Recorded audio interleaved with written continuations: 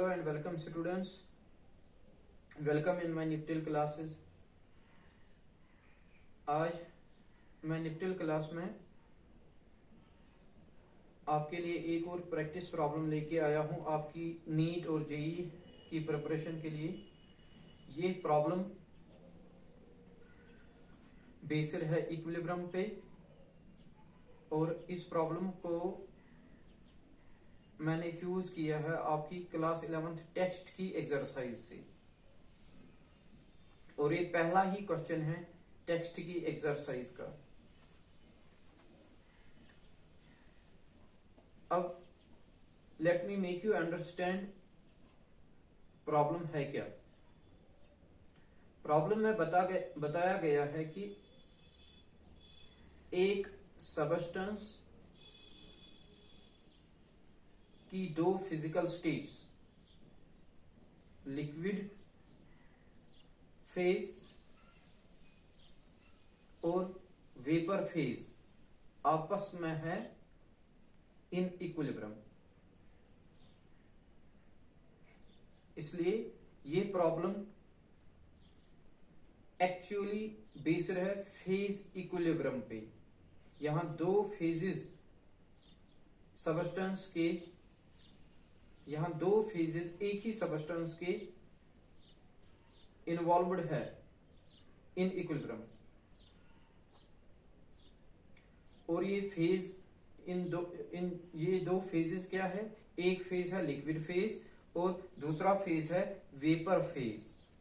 अब अगर ये दो फेजेस इक्विलिब्रियम पे है, इक्विलिब्रियम में है, इसका मतलब गिवन टाइम में जितने number of molecules liquid phase से वेपर फेज में जाते हैं उतने ही number of molecules vapour phase से वापस आते हैं लिक्विड फेज में।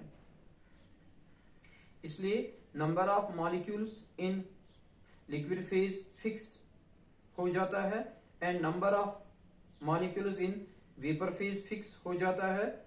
और अगर number of molecules vapour phase में फिक्सड है, इनकी वजह से जो ये प्रेशर एक्सर्ट करेंगे, इनकी वजह से जो वेपर प्रेशर होगा वो भी फिक्सड होगा प्रोवाइडेड कि टेम्परेचर कांस्टेंट है।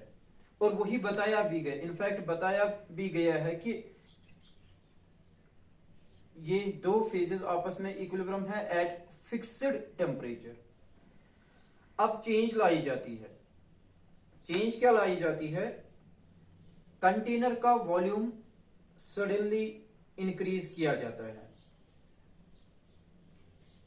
कंटेनर का वॉल्यूम सडनली इंक्रीज किया जाता है। अब हमें कुछ क्वेश्चंस के आंसर्स देने हैं। पहला क्वेश्चन है, वॉल्यूम इंक्रीज करने से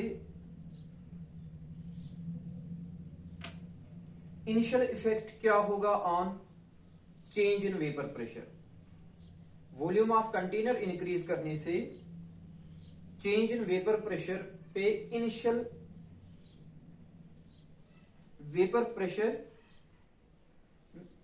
इनिशियल इफेक्ट क्या होगा on change in vapour pressure. क्या वेपर प्रेशर इंक्रीज हो जाएगा, क्या वेपर प्रेशर डिक्रीज हो जाएगा या कांस्टेंट रहेगा, इसका आंसर हमें बताना है। दूसरा क्वेश्चन है, rate of evaporation and rate of condensation initially कैसे चेंज हो जाएंगे। थर्ड क्वेश्चन है, जब इक्विलिब्रियम दोबारा रेस्टोर होगा उस वक्त पे बताओ होगा क्या।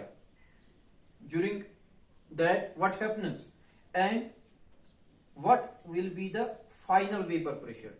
जब इक्विलिब्रियम दोबारा रेस्टोर होगा फाइनल वेपर प्रेशर क्या होगा।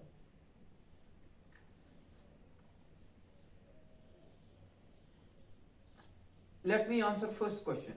What is initial effect of change on vapor pressure? जब कंटेनर का वॉल्यूम सडनली इंक्रीज होगा at constant temperature, at fixed temperature, number of molecules in vapour phase same रहेगा क्योंकि temperature constant रह रहा है, number of molecules in vapour phase भी constant रहेगा, मगर number of molecules per unit volume, जिसको हम कंसंट्रेशन नाम देते हैं, number of molecules in vapour phase per unit volume decrease हो जाएगा। Concentration in vapour phase, concentration of vapours in vapour phase decrease हो जाएगा, क्योंकि वॉल्यूम बढ़ गया। वॉल्यूम बढ़ने से सेम नंबर ऑफ मॉलिक्यूल्स, अब सेम नंबर ऑफ मॉलिक्यूल्स को अब घूमने के लिए अवेलेबल स्पेस बहुत ज्यादा है, इसलिए दूर दूर रहेंगे। Density of molecules, number density of molecules decrease हो जाएगा, या concentration of vapours in vapour phase decrease हो जाएगा, या number of molecules of number of vapour molecules in vapour phase per unit volume will decrease. इससे क्या होगा? इससे वेपर प्रेशर कम हो जाएगा। कंसंट्रेशन ऑफ वेपर जब कम हो गई, number of molecules of vapour पर यूनिट वॉल्यूम जब कम हो गया, कोलिजन्स भी कम हो जाएंगे। अब अगर कोलिजन्स कम हो जाएंगे, it means pressure exerted during these collisions वो भी कम हो जाएगा, जिसको हम नाम देते हैं वेपर प्रेशर। इसलिए initial effect of change on vapour pressure क्या है? इसका आंसर हम राइट करेंगे कि vapour pressure initially decreases.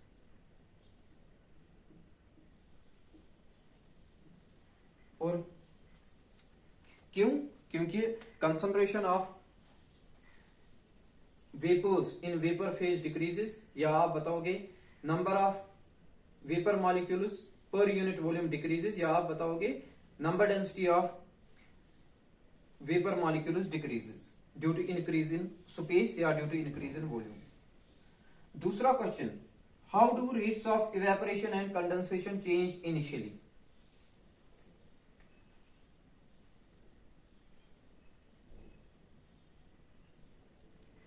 Rate of evaporation depend करता है टेम्परेचर पे और इंटरमॉलिक्यूलर फोर्सेस पे, क्योंकि सबस्टेंस एक ही है। नेचर ऑफ सबस्टेंस तो हम चेंज नहीं करते हैं, हम सिर्फ फिजिकल स्टेट चेंज करते हैं। इसलिए इंटरमॉलिक्यूलर फोर्सेस सेम रहेंगी।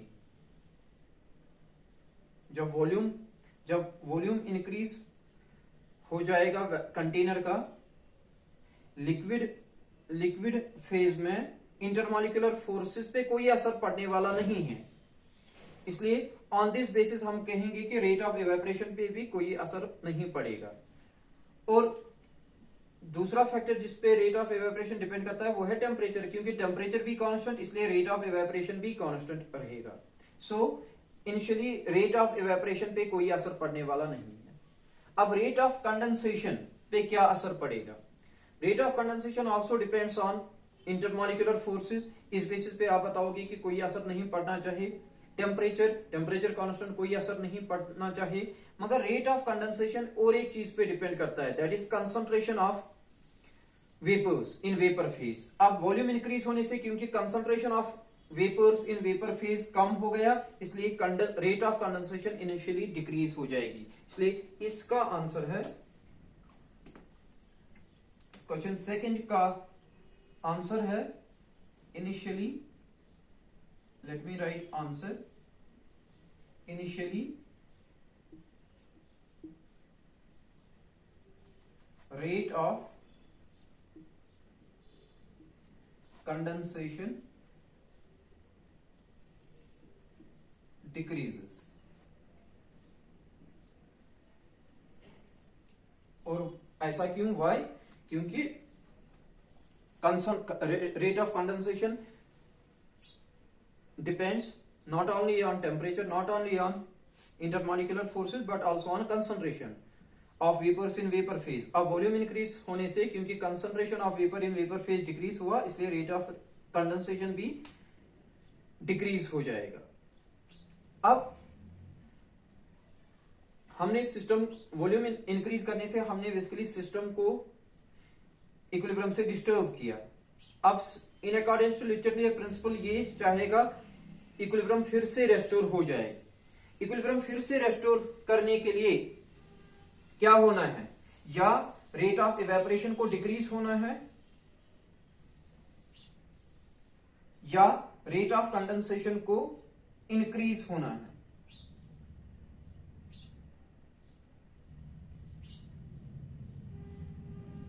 एक पर्टिकुलर स्टेज आ जाएगा जब दोनों रेट ऑफ इवेपोरेशन और रेट ऑफ कंडेंसेशन फिर से इक्वल बनेंगे और उस स्टेज पे इक्विलिब्रियम दोबारा रेस्टोर होगा। अब उस वक्त फाइनल वेपर प्रेशर क्या होगा, उस वक्त फाइनल वेपर प्रेशर वही होगा जो इनिशियल वेपर प्रेशर था, क्योंकि vapour pressure depends on temperature. जब पहले इक्विलिब्रियम था उस वक्त का वेपर प्रेशर वैल्यू डिपेंड करेगा ऑन टेम्परेचर। जब दोबारा इक्विलिब्रियम रेस्टोर हुआ उस वक्त का भी वेपर प्रेशर डिपेंड करेगा उस वक्त कितना टेम्परेचर है, क्योंकि दोनों initial equilibrium as well as final equilibrium दोनों इक्विलिब्रियम अटेन होते हैं सेम टेम्परेचर पे, इसलिए दोनों पे वेपर प्रेशर इसका सेम होगा, इसलिए फाइनल वेपर प्रेशर सेम। इसका आंसर है final vapour pressure same as initial.